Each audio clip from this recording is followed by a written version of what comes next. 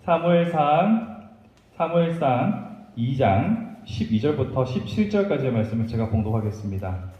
엘리의 아들들은 행실이 나빠 여호와를 알지 못하더라. 그 제사장들이 백성에게 행하는 관습은 이러하니 곧 어떤 사람이 제사를 드리고 그 고기를 삶을 때에 제사장의 사환이 손에 새 갈고리를 가지고 와서 그것으로 냄비에나 솥에나 큰 솥에나 가마에 찔러 넣어 갈고리에 걸려 나오는 것은 제사장의 것으로 가지되 실로에서 그곳에 온 모든 이스라엘 사람에게 이같이 할 뿐 아니라 기름을 태우기 전에도 제사장의 사환이 와서 제사 드리는 사람에게 이르기를 제사장이 구워 드릴 고기를 내라. 그가 내게 삶은 고기를 원하지 아니하고 나의 것을 원하신다 하다가 그 사람이 이르기를 반드시 먼저 기름을 태운 후에 내 마음에 원하는 대로 가지라 하면 그가 말하기를 아니라 지금 내게 내라. 그렇지 아니하면 내가 억지로 빼앗으리라 하였으니 이 소년들의 죄가 여호와 앞에 심히 크면 그들이 여호와의 제사를 멸시함이었더라. 아멘. 사무엘상을 계속해서 살펴보고 있습니다. 저번 시간까지는 우리가 한나의 기도라는 제목으로 말씀을 살펴보았고요. 오늘은 이제 사무엘이 역사의 전면에 등장하려고 합니다. 사무엘상을 시작한 지 3주가 되었는데도 아직 사무엘이 안 나와서 사무엘은 언제 나오나 싶겠죠. 네, 오늘 사무엘, 안타깝게도 오늘의 주인공은 사무엘은 아닙니다. 오늘의 주인공은 엘리의 제사장의 두 아들들입니다. 자, 이 두 아들에 대해서 한번 살펴보려고 하는데요. 여러분들께서는 말세라는 이야기, 말세라는 말에 대해서 많이 들어보셨을 거예요. 세상 말세다 이런 얘기 많이 들어보셨죠. 특별히 여러분들이 기억하는 말세의 가장 큰 임팩트는 1999년에서 2000년으로 넘어가는 세기말, 밀레니엄, 그때를 생각하시면서 말세에 대한 기억, 노스트라다무스니 버그니 여러 가지 말 많았잖아요. 그때가 많이 생각나실 겁니다. 물론 2000년 이후에 태어난 사람도 여기도 많지만 그땐 그랬다고요. 자, 그렇게 말세에 대해서 생각해보면 우리는 흉흉한 일이 있거나 아니면 너무나 잔혹한 일이 일어난다거나 이해할 수 없는 일들이 많이 일어날 때 보통 말세라고 말합니다. 말세다 말세 이런 말을 하죠. 근데 말세라는 의미는 어떻게 보면 그냥 끝 이런 의미가 아니라 현 시대의 현 시점의 종말이요 새로운 시대의 전환점이라고도 말할 수 있겠죠. 만약 예수께서 이 땅에 다시 오시는 재림으로 말세를 맞이한다면 우리는 예수님으로 인하여서 완성되고 회복될 새 하늘과 새 땅으로 전환을 맞이하게 되는 것과도 같은 의미입니다. 그러니까 여기서 말하는 말세는 전환기라고도 할 수가 있습니다. 성경에 보면 이렇게 전환기, 조금 있어 보이게 표현하면 터닝 포인트들이 여러 개 있어요. 하나님께서 천지를 창조하시고 인간이 죄를 지은 다음에 아담과 하와로부터 초기의 역사가 시작되는데요. 이 역사가 어느 정도 지나고 나서 창세기 12장을 보면 아브라함이라는 한 족장이 나타납니다. 그로부터 해서 우리는 족장시대라는 하나의 전환점을 맞이하죠.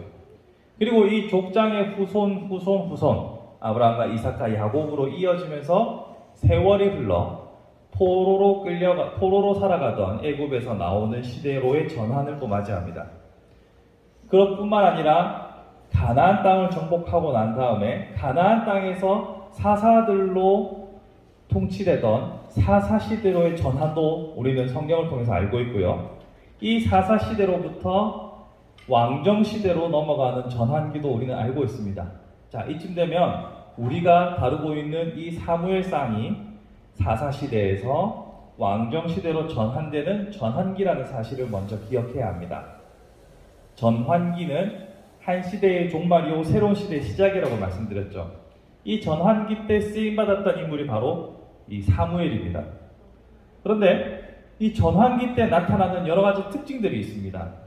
앞에서 제가 언급했던 자연스럽게 시대가 흐름에 따라서 하나님의 방법에 따라서 인구가 늘어나니까 당연히 족장시대고 인구가 늘어나니까 민족이 돼서 또 새로운 시대가 되고 이렇게 바뀌는 자연스러운 변화도 있습니다만 하나님께서 세우신 지도자들의 넘어지고 연약한 모습으로 인해서 새로운 시대를 맞이하게 되는 경우가 후반부엔 더 많이 나타납니다. 사사시대에서 왕정시대로 넘어갈 때도 사사를 비롯해서 많은 그 당시에 이스라엘 백성들이 하나님 앞에서 범죄함으로 새로운 시대로 넘어갔죠. 왕정시대도 마찬가지입니다. 하나님 앞에서 옳지 않게 행동함으로 포로시대로 자연스럽게 넘어갔죠. 더 엄밀하게 따져보면 그 안에 여러 가지 디테일들도 있어요. 그러니까 이 왕에서 저 왕으로 넘어가는 전환도 하나님께서 치셔서 바뀌는 경우들도 많이 있었습니다. 이렇게 시대가 변환되는 시점에서 사람의 패악함으로, 사람의 죄악으로 역사가 바뀌는 그런 모습들이 오늘 여기서 잘 나타나고 있는데, 그것은 바로 엘리의 아들들이 하는 행동을 통해서 볼 수 있습니다. 오늘 본문을 읽어보셔서 아시겠지만 하나님께 제사를 드리려고 가져왔던 고기들에 대해서 이들이 뭔가 수상한 짓을 했습니다. 원래 제사장들은 제사에 쓰였던 고기들의 남은 것들, 그 다음에 떡이나 이런 제사에 쓰이고 나머지 잉여 물품들에 대해서는 본인들의 재산으로, 본인들의 소유로 할 수 있었습니다. 그것이 제사장들의 특권이었고 제사장들이 생활하는 수단이었습니다. 그들의 분기세 11조, 그러니까 레위지파를 제외한 다른 이들의 11조가 레위지파의 생활비가 되는 거죠. 그래서 이들이 고기를 취하는 것 자체는 문제가 없습니다. 그러니까 고기를 삶고 있으면 거기서 쇠꼬챙이로 찝어서 가져갔다, 이까지는 문제가 없습니다. 근데 그 다음이 문제예요.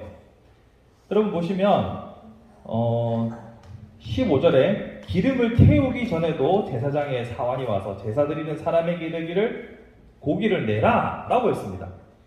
여러분 신명기나 창세기로부터 시작해서 그 모세오경, 창세기, 출애굽기, 레위기, 민수기, 신명기를 보시면 창세기는 읽을만해요. 출애굽기도 중간까지 읽을만합니다. 근데 그 뒤로부터 레위기, 민수기 이렇게 가면은 온갖 제사법이나 법들이 나와가지고 읽기 되게 힘들어요. 그래서 참 여러분들을 힘들게 하는, 성경 읽기를 방해하는 그런 내용들이 나타나지만 그 안에 보면 여러분들이 어렴풋이 기억나는 것들이, 하나님께 제사를 바칠 때 기름은 불로 사른다는 기억이 혹시 있을지 모르겠습니다. 제사를 드릴 때 이 기름은, 지방은 떼서 하나님께 태워드리는 것이었어요. 그런데 또 고기를 구워 먹을 때 기름이 없으면 또 맛이 없잖아요. 그리고 마블링을 왜 중요하게 생각합니까? 이 마블링이 다 기름 덩어리잖아요. 몸에는 별로 안 좋은 건데 그게 맛있잖아요. 그러니까 얘들이, 이 엘리의 두 아들들이 맛을 안 거죠. 그러니까 하나님께 태워드려야 할 기름이 있는 부분을 생고기로 미리 땡기는 겁니다. 자신들이 가지고 있는 힘과 권력을 이용해서 하나님의 법도를 무시하고 빼내는 거예요. 매우 위험하지만 이미 몸에 익어서 그들은 그거에 대한 문제의식을 느끼지 않습니다. 또 한 가지, 오늘 우리가 17절까지만 읽었지만 그 뒤에 보면 기가 막힌 일이 나타납니다. 여러분 보시면 22절에 엘리가 매우 늙었더니 그의 아들들이 온 이스라엘에게 행한 모든 일과 회막문에서 수종 드는 여인들과 동침하였음을 듣고 성전에 봉사하고 있는 여인들을 겁탈했습니다. 막장까지 간 거죠. 자, 이런 그들의 행실과 행동을 통해서 한 시대의 종말이 임박했음을 우리는 예감할 수 있게 됩니다. 여러분들이 성경을 보신 분들, 아시는 분도 있고 모르시는 분도 있겠지만 제가 설명을 부연하면 사무엘을 통해서 사사시대가 종결되고 사무엘이 첫 번째 왕의 머리에 기름을 붓는 역사가 성경에 나타납니다. 그것이 바로 사울 왕이고요. 두 번째 왕 다윗도 사무엘이 머리에 기름을 붓습니다. 그러니까 200년이 넘게 이어져 왔던 사사시대의 역사가 왕정시대로 전환되는 그 기점에 사용된 것이 이 사무엘이에요. 그러면 이 사무엘이 활동하는 그 전초에 보니까 그 당시에 이스라엘 민족의 지도자였던 엘리의 두 아들들의 만행이 나타나고 있다는 것을 제가 지금 말씀드리는 겁니다. 자, 그럼 여기서 중요한 것이 무엇이냐면 말세를 말할 때, 전환기를 말할 때 우리가 보는 징조는 기후의 변화나 뭐 이런 것들로 말세를 예측하시는 분도 있겠지만 엄밀히 따지면 말세, 전환기는 사람의 부패로부터 나타납니다. 사람의 행실로부터 우리는 전환기를 예측해 볼 수 있습니다. 새로운 시대를 바라볼 수 있는 거죠. 우리는 물론 지금의 기후의 변화와 환경의 변화는 사람이 저지른 결과물이라고도 볼 수 있습니다만, 그것도 중요합니다만 우리가 궁극적으로 살펴봐야 할 것은 사람이 하나님 앞에서 바르지 못하게 살아갈 때 우리는 변화를 예측하고 생각할 수 있어야 합니다. 특별히 사람이 이렇게 문제가 생기는 경우는 지극히 자기중심적이고 이기적이며 두려움 없이 욕망을 추구하는 사회를 바라볼 때 우리는 두려움을 느껴야 합니다. 그런데 여기서 중요한 것은 세상은 원래 그랬어요. 세상은 원래 그랬어요. 세상은 원래 자기중심적이고 세상은 원래 적자 생존의 법칙을 따라가는 것이 원래 세상입니다. 물론 그 안에서도 때로는 의로운 사람도 있고 때로는 정의를 외치며 때로는 인류애를 외치는 사람도 있지만 원래 죄악된 세상은 그런 곳이에요. 그런데 교회가 자기중심적이고 두려움 없이 죄악을 거침없이 행하고 있다라고 한다면 교회는 어떻게 해야 할까요? 전환기를 임박했음을 느끼는 자들이 많아질 수도 있겠죠. 여러분 이것을 주목해야 합니다. 지금 엘리와 엘리의 제사장과 자식들이 있었던 곳이 어디입니까? 뭐 좋은 데였겠죠. 실로라고 성소가 있는, 그러니까 예배하는 공간이었어요. 그들은 하나님을 섬기는 자들이라고 스스로도 말하고 다른 사람도 말하고 있는 장소도 거룩한 곳이었지만 그들의 삶은 거룩하지 않았어요. 이것을 우리가 주목해야 합니다. 다시 말해서 하나님이 중심이 되어야 하고 자기 중심적인 삶을 거두어야 할 하나님의 백성들이 자기 중심적으로 살아가는 모습에 대해서 우리는 긴장을 해야 하는데, 추가로 주목해야 할 것은 그들이 있는 장소나 그들이 하고 있는 위치가 그들을 거룩하게 만들지 않았다는 겁니다. 다른 말로 해볼까요? 우리는 거룩한 삶을 살아야 하는데 거룩하지 못한 삶을 살아가는 경우가 있잖아요. 이런 실수들이 나타나는 것은 우리가 거룩한 장소에 있지 않아서 혹은 거룩한 직책이 없어서가 아니라는 겁니다. 거룩한 장소에 있어도, 거룩한 직책에 있어도 이 두 아들처럼 우리는 하나님 중심이 아니라 자기 중심적이고 이기적인 삶을 살아갈 수 있다는 거예요. 그럼 결론은 뭡니까? 내가 어디에 있느냐, 무엇을 하느냐가 중요한 게 아니라 지금 내 마음이 어디를 향하고 있는가가 가장 중요한 겁니다. 만약에 이 두 아들, 혼니와 비나스가 하나님 앞에서 그들의 위치와 상관없이, 직책과 상관없이 마음이 하나님을 향해 있었고 하나님을 두려워했다면 이들이 이렇게 행동할 수 있었을까요? 결국은 직책도 장소도 뭐 그런 게 중요한 게 아니라 결국 마음이 중요한 것이고, 그 마음이 제대로 하나님 앞에 집중되지 않으면 우리는 전환기의 말세의 희생자가 될 수밖에 없다는 겁니다. 반대로 하나님 앞에 마음을 쏟는 자라면 말세나 전환기 때 새로운 시대를 이끌어가는 주인공으로 살아갈 수 있다는 결론을 우리는 얻을 수 있습니다. 사랑하는 성도 여러분, 오늘날 여러분들이 살아가는 시대는 말세입니까? 아니면 그냥 별 일 없는 시대입니까? 뭐라고 설명하기 힘듭니다. 시간이 지나봐야 알겠죠. 그러나 한 가지 확실한 것은, 잠깐만 보마 거의 건드리면 안 돼요. 한 가지 확실한 것은 이 시대는 어떠한 형태로든지 변화가 있을 것이고, 이 시대는 어떠한 형태로든지 하나님께서 찾으시는 사람들이 새롭게 일어날 거라 생각합니다. 늘 그래왔고 그것을 우리가 쉽게 깨닫지 못했을 따름입니다. 저는 여러분들이 이 시대에 교회가 변화되고 세상이 변화되는 이 전환기에 어떤 사람으로 기억될 수 있을지 한 번쯤 고민하는 시간이 되었으면 좋겠습니다. 여러분 잘 생각해 보시면 변하지 않은 것은 없었어요.